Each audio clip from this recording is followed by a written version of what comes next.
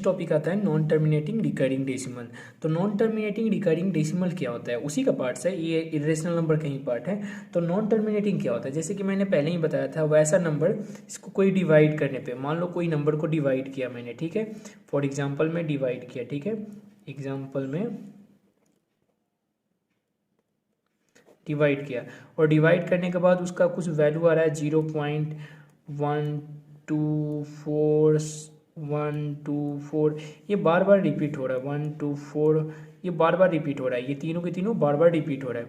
तो इसको क्या कहते हैं हम लोग, नॉन टर्मिनेटिंग कहते हैं, नॉन या फिर रिकरिंग डेसिमल है। रिकरिंग डेसिमल इसलिए कहेंगे कि 124 बार बार रिपीट हो रहा है, तो रिकरिंग डेसिमल कहलाता है। जैसे मान लो कोई एग्जांपल में ऐसा भी आ सकता है 0.66666, तो इसी को हम लोग 0.6 लिख के एक बार दे सकते हैं, तो ये नॉन टर्मिनेटिंग रिकरिंग डेसिमल कहलाता है। ठीक है, तो ऐसे ही नंबर होते हैं, ये सारे के सारे क्या होते हैं, इर्रेशनल नंबर होते हैं। इनको हम p/q के फॉर्म में कभी भी रिप्रेजेंट नहीं कर सकते हैं। ठीक है, तो नेक्स्ट पॉइंट आता है हमारा, तो नेक्स्ट पॉइंट है हमारा रियल नंबर। रियल नंबर क्या होता है, रियल नंबर का शाब्दिक अर्थ में हिंदी में कहते हैं, रियल नंबर को एक्चुअल में हिंदी में कहते हैं वास्तविक संख्या।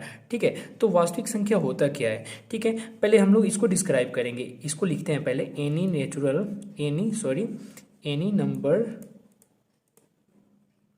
Any numbers which can be represented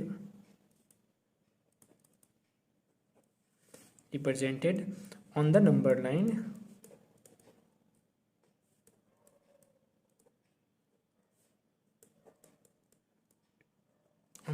line is called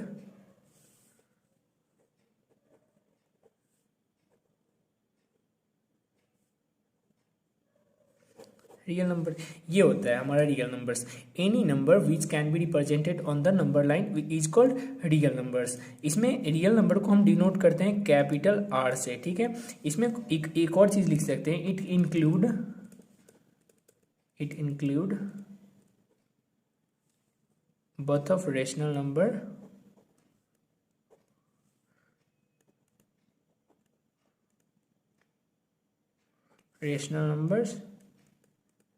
and irrational number.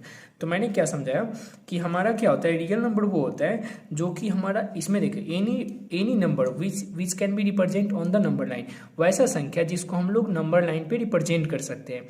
वो कोई भी नंबर जो नंबर लाइन पे हम लोग लिख सकते हैं, उसमें हमारा रेशनल नंबर भी हो सकता है, इरेशनल नंबर भी हो सकता है, कुछ भी हो सकता है, जिसको हम लोग नंबर लाइन पे रिप्रेजेंट करके दिखा सकते हैं, वो हमारा क्या कहलाएगा, इरेशनल नंबर।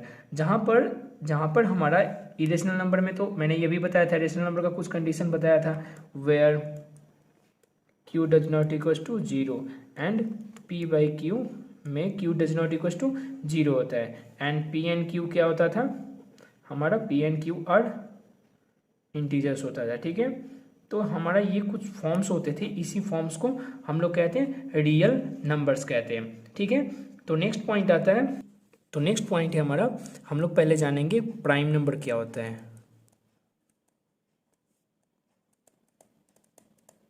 प्राइम नंबर्स होता क्या है, प्राइम नंबर्स वो होते हैं जो कि which number are divisible I, which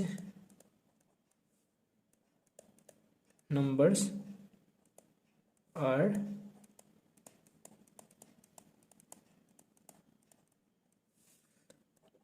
bye 1 and itself, जो एक और खुद से डिवाइड हो, उसको क्या कहेंगे हम लोग, प्राइम नंबर्स कहेंगे। ठीक है, प्राइम नंबर वो होता है जिसका डिवाइड एक और खुद से कटे, वो वैसी संख्या जो एक से और खुद से कटे, तो हमारा क्या कहलाता है, प्राइम नंबर कहलाता है।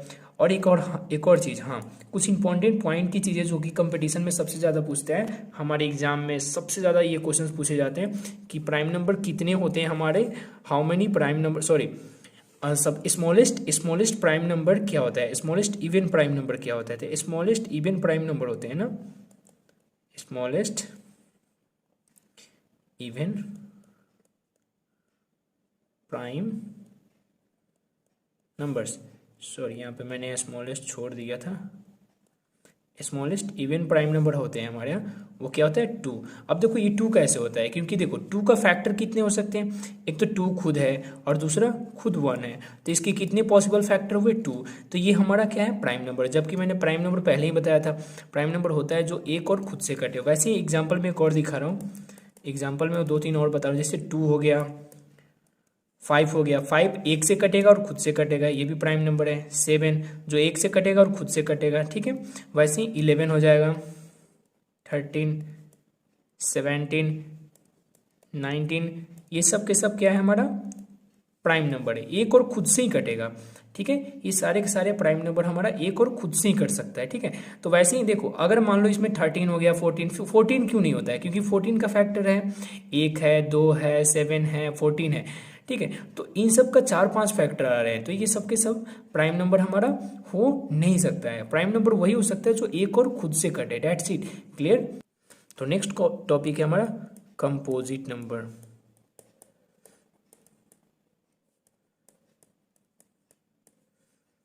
देखो कंपोजिट नंबर क्या होता है, कंपोजिट नंबर होते हैं, composite number are more than, जिसके मोर देन, यहाँ पे लिख देता हूँ, composite numbers are more than 3 factors।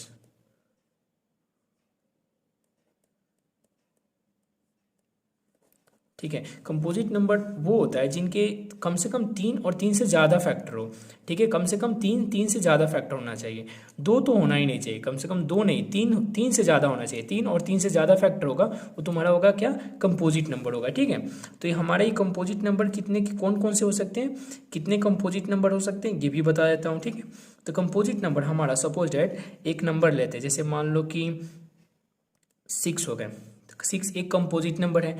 कैसे एक कंपोजिट नंबर, देखो मैं बता रहा हूँ, जैसे 6 का फैक्टर कौन कौन सा हो सकता है, 1 हो सकता है, ठीक है, 2 के टेबल में आ सकता है, 3 के टेबल में आ सकता है, 6 के टेबल में आ सकता है।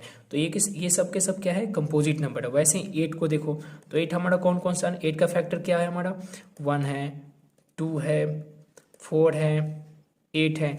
तो इनके 2-3 से ज़्यादा फैक्टर आ रहे हैं, देखो 3 से ज़्यादा फैक्टर है, 1 2 3 4, 4 फैक्टर्स है, 4 फैक्टर्स है। तो 4 फैक्टर्स से तो ये क्या हो गया, कंपोजिट नंबर। लेकिन अगर 2 को अगर 2 को बोलेंगे कंपोजिट नंबर है, क्यों है कि नहीं, तो नो, ये कंपोजिट नंबर नहीं है, क्योंकि 1 और 2 से ही कटेगा। तो ये देखो, ये इसके 2 फैक्टर है, तो ये कंपोजिट नंबर हमारा नहीं हो सकता है, ठीक है ना, कंपोजिट नंबर हमारा नहीं हो सकता है, ठीक है, क्योंकि इसमें 2 ही फैक्टर है और ये 2 फैक्टर है, तो कंपोजिट नंबर होने का नहीं, ठीक है। तो क्लियर है यहाँ तक कंपोजिट नंबर भी। नेक्स्ट